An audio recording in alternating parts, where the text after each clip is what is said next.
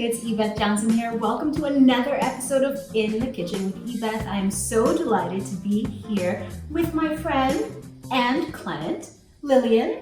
Hi. What's up? Say hello to everybody. Hi, everybody. We are going to make a recipe, actually a couple of recipes today that Lillian and her sister Leslie saw on my Facebook group that they haven't tried yet but intrigued them. And so we said, well, let's do it in the kitchen together. One is a mushroom and vegetable meatloaf.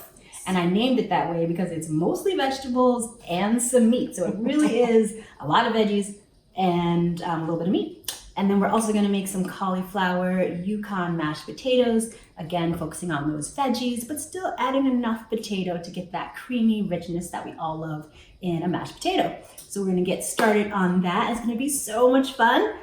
Come and join us. So we're going to start with the cauliflower mashed potatoes. Okay. And all we need to do now is just give these a quick scrub and rinse. And then what you can do is quarter these. And we are going to leave the skin on. Okay. I almost always leave the skin on when I make mashed potatoes and for almost any vegetable really, because there's so much more fiber in the skin. Okay. And also we learned recently that there's a lot of great nutrition right under the skin too, that when you peel it, you take away. So if you don't have to peel your vegetables or fruits, then leave it on. And those are organic potatoes. By the way, I don't buy everything organic. None of us have to spend all of our money on getting everything organic, but there are some foods that we really should buy organic pretty much all the time, and potatoes are one of them, whether it's potato chips, if you're eating those every now and then, or whole potatoes. Choose organic all the time. And to figure out where you should focus your dollars as far as organic, you can go to the environmental working group, and they have a Dirty Dozen and Clean 15 list that they do every year. Okay. And so you can find out what's the latest. And it's basically telling you which do you need to focus on to buy organic so you can avoid all those pesticides, insecticides, chemicals, and which ones you don't have to worry about because they don't have that much residual stuff. So what we're going to do is we put this in cool water. You always start your potatoes with cold water. Mm-hmm. Once it comes to a boil, we're going to add the cauliflower because the cauliflower doesn't take as long to cook as the potatoes, so we're going to let these get a head start. How about salting the water? Yeah, we can do that. I like to wait until the water boils to add salt, whether we're talking about pasta or potatoes, because otherwise the water is not hot enough to dissolve the salt quickly. Right. So it falls to the bottom of the pot and it can cause damage to your pots, especially if they have like finishes and things. Yes. So better to wait till the water is boiling, then sprinkle the salt, and then it kind of dissolves more quickly. Great tip. Yeah, we'll do that. All right, so next step, we're gonna get... Got your herbs. Yeah, we're gonna get with this cauliflower so that it will be ready to go. Have you dealt with one of these guys? I cheat. I buy the pre-cut all the time. I don't call that cheating. I call that convenience. We're gonna basically take this green bit off. Okay. And I just kind of get in there. Comes up pretty easy peasy. All right, and then what I do is just cut around the core in some big chunks. We're gonna mash these so it doesn't need to be super precise. Okay, so we've got the potatoes on, we've got the cauliflower ready, so next we can start working on the mushroom vegetable meatloaf. Okay. So let's start. I'm gonna divide up the tasks, I think, so we can get this done a little bit more quickly. Okay. So what we need are 2 packs of, basically 16 ounces of baby Bella mushrooms. So we take a mushroom, and what I do is from the top down, okay, just to prevent bruising and such. And this works really well. A lot of dirt comes off. And then I just separate the bottom. And if I'm going to keep it, great. And if not, also great. Either way. Okay, so you go ahead and get started on those mushrooms. Okay. I want to show y'all at home how to handle this onion. So anytime you're looking at an onion, a lot of the challenge with onions is they make you cry, and a lot of people are afraid to cut them or they don't want to because of the whole crying thing. So the goal is to cut as quickly as possible so you can get in and out, right? Right. And the problem I often hear is, oh, my onion is always falling apart on me. You know, why does that happen? So the reason it happens is because you took the hair off of the onion, and the onion's like, why you made me bald? I am not happy about that. So all the onions have these little hairs on top. I like to call it the hair. And the goal for the most part is to keep the hair on, especially when we're talking about doing a dice. So we're not going to cut this hair side off. We're going to leave that. We're going to cut the side that doesn't have any hair. We're going to cut that off. And you may notice that I haven't peeled the onion yet. And a lot of people will try and peel it before this point. But I'm going to show you why I didn't do that in a sec. So this is the only time I'm going to cut through the hair. And again, I'm not removing it. I'm just making a nice section in it. Okay, so I'm going to cut that. And then this is the point at which I'm going to peel the onion because it's so much easier once you cut it. And it all comes off generally in one foul swoop. Boom, shakalaka, just like that. So how many cuts you make is going to determine how small or how large the pieces are. Now for this loaf, personally, even though it's full of vegetables, and I'm not a fan of hiding vegetables per se, I do want the vegetables to be as small as possible so it doesn't interfere with the texture of the meatloaf. So I'm going to make these pretty small. So what that means is a lot more cuts. I'm going to use my bare claw. Y'all have heard me say that before. And just finely cut. And again, I'm not cutting the hair. As you notice, my knife is coming just up before the hair. And then we're gonna go crosswise. Boom, boom. And finally, just down. Look at those tiny pieces. Great job with the mushrooms. They look super clean. Thank you. Perfect. Now, like I was saying earlier, we really want to chop these super fine. Okay. So the way I do that, well, first, you could do this in a food processor if you want, but for me, I don't tend to want to dirty up another appliance and have to clean it. One more thing to clean. So exactly. I'm just going to use my favorite tools, my hands and my knife. So I just chop these really thin. Let's take these onions to get sauteed while you are chopping those mushrooms so beautifully. I'm going to get a little bit of olive oil here. Not much.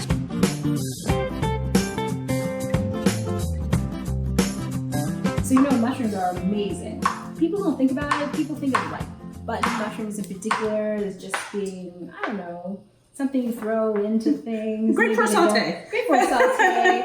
But they're actually a really powerful tool for our health. They are supportive of our gut health, our immune system health. They are known for helping with people who have allergies, whether it's food or environmental. Okay. They're a great cancer preventer. They're one of those foods that has been shown repeatedly through lots of tests to support the prevention of cancer, which is amazing. So the onions are going. They're looking great. They're becoming translucent. They're releasing some steam. They'll be done momentarily. And Lillian, looks like this pot of potatoes is bubbling away. So we can do two things. We Okay. can add some salt and we can add the Perfect. So what we're going to do with the cauliflower and potatoes is we're cooking them to the point that they are both really tender. Tender enough that we can just use the potato masher to mash them and still get them nice and creamy. Okay. So we'll just test it with a fork. It should take about 15 minutes or so.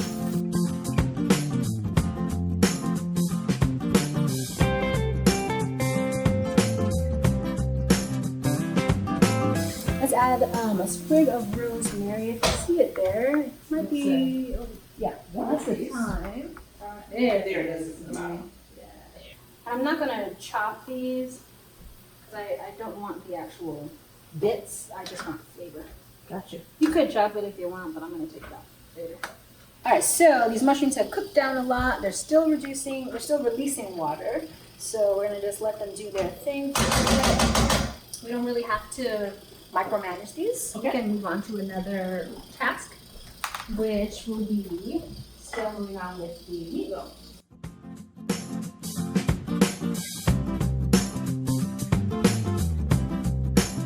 So we are going to use 2/3 of a cup of ketchup. Okay. And so I got some unsweetened organic ketchup because I'm not a huge fan of ketchup in general. You know, people who just eat everything with ketchup, broccoli with ketchup, everything.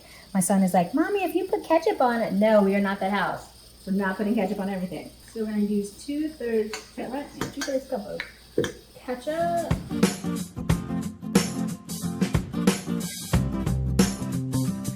So by the way, y'all, if you're following this recipe on my Facebook page, it calls for beef, but Lillian prefers not to have beef, which is fine. So we're going to do it with turkey. I chose dark meat turkey. It has more flavor, it has more moisture. I like it more.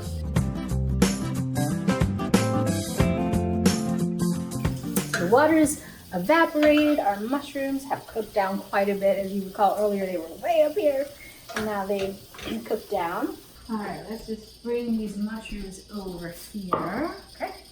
Can't believe how much they cooked down. I'm just throwing them a bit to let them cool just slightly before we get them in with the meat.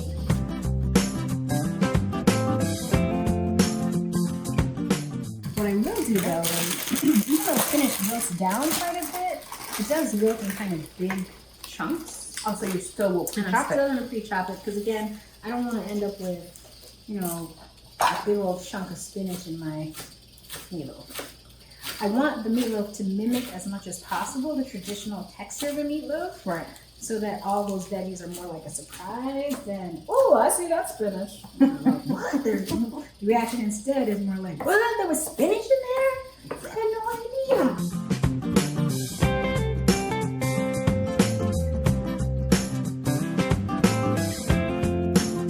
So again, normally you would saute the spinach in with the mushrooms and the onions. Yeah, this is ready to go. So while that's sauteing, go ahead and let that go. But I mean, keep doing that. But I'm going to drain that out.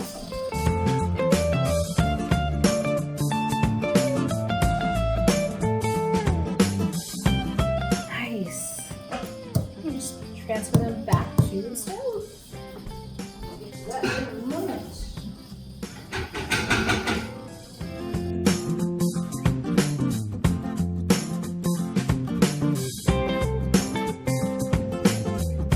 Let's do the basari. Have you used this? I have not used This is one of my favorite seasoning blends. I mean, I tend to mix my own seasonings a lot, but if I'm just looking for basic meat seasoning that's good, that doesn't taste like Asian or Indian or whatever, I use this. Okay. I love it. It's got a really good flavor. If you don't have basari seasoning at home, it's okay. You can just add salt instead, salt and pepper. Where do you get basari? I get this from the Whole Foods Market.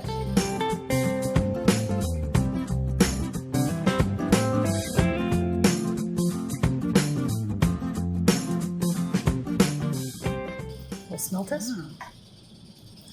Smells good. That's going to be good. Yeah. All right, so let's transfer it in here.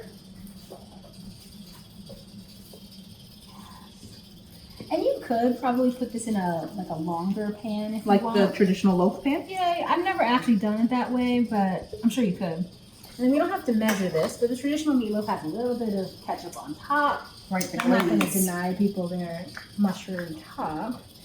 So but I only put a very little. No. Whoa, ah!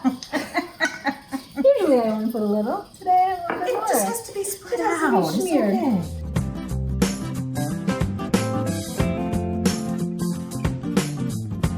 So everything is nice and soft. First step is mashing. Alright, you can do it together or separate, they don't here. This is perfect texture. While you're doing that, what I will do is season away. So we're going to use some garlic powder.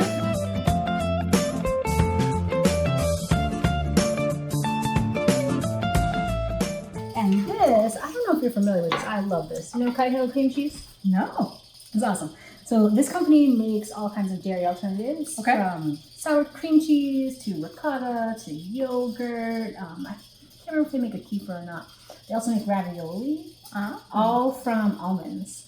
Wow. The thing I love about it is usually these like fake dairy products are usually so highly processed and have such horrible ingredients that I'm like, I'd rather just eat dairy, which I really don't. But for some cases, it's just so bad. But these, they're more like artisan producers. Okay. And they use the traditional methods of making ricotta or making cheeses. They just happen to use almond milk instead. So they're culturing it. They only have 3 or 4 ingredients. So I feel good about using this. I love it. That's great. And we're going to add this in. Yum. And this is going to turn this into a creamy, sexy mash. All right. So this is a really great sort of mindfulness, meditative practice, I find, working with herbs like these. You know, you can kind of, because it's meticulous, it's a little bit mundane, but you can change it into, you know, a gratitude practice as you're taking these little leaves off. So have you found that delicious living is delicious and fun? And let me phrase this another way. How do you find living deliciously? Your experience? So my experience has been that I think I'm a lot more thoughtful in terms of explaining what I'm going to eat, how I'm going to eat, when I'm going to eat. Because you have to make better choices along the way. And because you want to do it, all of a sudden, meal planning makes more sense. Yeah. And doing it, making sure your groceries are already in the house, so that way you can stay away from the easy cheat meals of the fast food versus just going in, it's already done. I've done it over the weekend, so I can just get up and go. I think we're pretty close here. Now I measured it, and in the recipe it says 1 tablespoon, but sometimes it's really about eyeballing and tasting. And y'all, look how creamy and rich and decadent that is. I mean, it's mostly cauliflower with some potato, no butter, no dairy. Oh, What? that's delicious. What? That's delicious. What? Yeah, totally. So whoever's out there watching, Yeah. boom! You won't miss it. That's delicious. Isn't that great? Yeah, it's creamy. You still taste potatoes, so it Yes. tastes like mashed potatoes, not mashed cauliflower. All right, cool. So our mashed potatoes are done. We put There. the second aside on the stove. Sure. We have tons of veggies in this meal already. We've got the cauliflower, the potatoes, the mushrooms, the spinach. Right, we're doing really well. But I always want to see something green on the plate. Green is queen, in my opinion. Anything green is going to be really nutrient dense. So I want to make sure we have something green there. So we're going to make some asparagus. And I want to show you a really quick and easy way to cook it up. Okay. And this will be so fast. You can do this for breakfast, and still get out of the house on time. You take your asparagus, start towards like the top, and kind of gently bend it. And at some natural point, it will break. Wow. This is the woody part. That This is the the tender actual part. good part. And you notice you go to a restaurant, they say, "Oh, asparagus tips," and you're like, "Why are they so short?" And you feel shorted, but really, I mean, 'Cause all of sometimes the woody part it's is a lot off the longer bottom. than you think. We're gonna steam these. Okay. And this is actually, we talked a little bit about oil-free cooking earlier, and this is going to be an example. Okay. Although we're going to finish it with a little bit of oil at the end. But we're going to cook it just in a bit of water. So what we're going to do is we're doing this on a really high temperature. We're going to get the water to steam. Okay. We're going to basically steam saute the asparagus without using any oil. We're going to get nice bright green. We're going to keep them really crisp. Once they're done, the water should be gone. The asparagus should be beautiful. It's better to put less water than too much, although you can drain it off. But when you do that, you're also draining off some of the nutrients in that case. So Right. err on the side of less, and if you have to add a little more to continue cooking, fine. But once these are done, we're going to drizzle just a tiny bit of olive oil, sea salt, black pepper, done. I was saying you should err on a little bit less water than more. Right. And I did put a little bit too much water in here, I think, because these are almost ready. But what I'm going to do, though, to fix this problem, with the timer going on. Timer off. I'm going to just leave the top off so that the water can evaporate, and it'll still cook these a little bit. Now, how do you tell when they're done? Is it by the color? Yeah, by the color and the texture. So you can use this method to cook almost anything. I do this with broccoli, asparagus, pretty much green things, zucchini, stuff like that. So I cook it without any oil. And then I add a little oil just for the flavor and the glisten. Right. But you add less oil than you would to cook it in. But you still get all the beautiful flavor. All right, so the timer went off. Let's check this. Oh yeah, baby. It's bubbling. It's beautiful. I think it's very close to being done. I just touch it to feel the texture. Because the more close to done it is, the more firm it's going to be. I'm going to give this just 2 or 3 more minutes. And this is also going to continue cooking as it comes out of the oven. So we're almost going to rest the meatloaf like you do Like a steak. Yeah. So we're just going to cook a couple minutes more, pull it out, let it rest.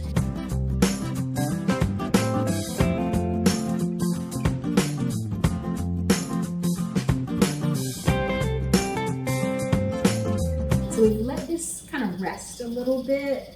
I know it's unusual to do with a ground meat dish, but it does continue to cook a little bit anyway. There's a little bit of fat around the edges. So I'm just going to drain that out. You don't need it.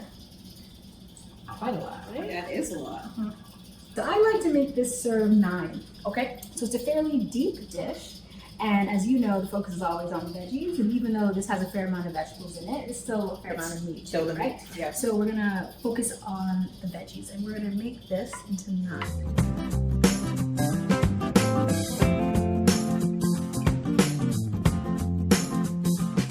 So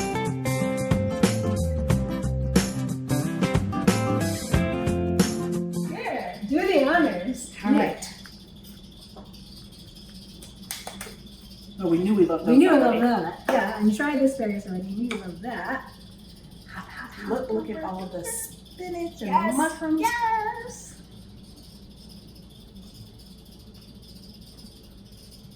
Meatloaf dance. What? Meatloaf dance. That's delicious. You did. 5. What? That's in the recipe book. Yes. Brush my shoulders off. It looks beautiful. It does. Lolita, Leslie, Oh wait, do you come try things out. We present to you a plate of steamed asparagus with a cauliflower Yukon mash and a mushroom and turkey meat. It looks delicious. You sound like a straight up like waiter at a 5-star restaurant. Please enjoy. Please enjoy. What have you? Tell us what you think. That's really good. I see, nobody told you, you wouldn't think it was cauliflower. No. And there's no sour cream in there. How There's is no it so smooth? butter in there. There's no milk in there. 0 dairy. Yes. Very good. There's no butter? There's No no butter. How butter. is it so smooth? This is my favorite. People are eating food, they love it, they're happy, you taste the love. A lot of love. We put a lot of love. It sounded like you got to play a great time here. Yes. It was all good times. Yeah. We've now made up the meatloaf dance. Okay. You know. Yeah, Meatloaf dance. All right, I'm so glad you guys love this. This is, of course, my favorite place to be, in a home with wonderful women, eating healthy, delicious food, and really enjoying it.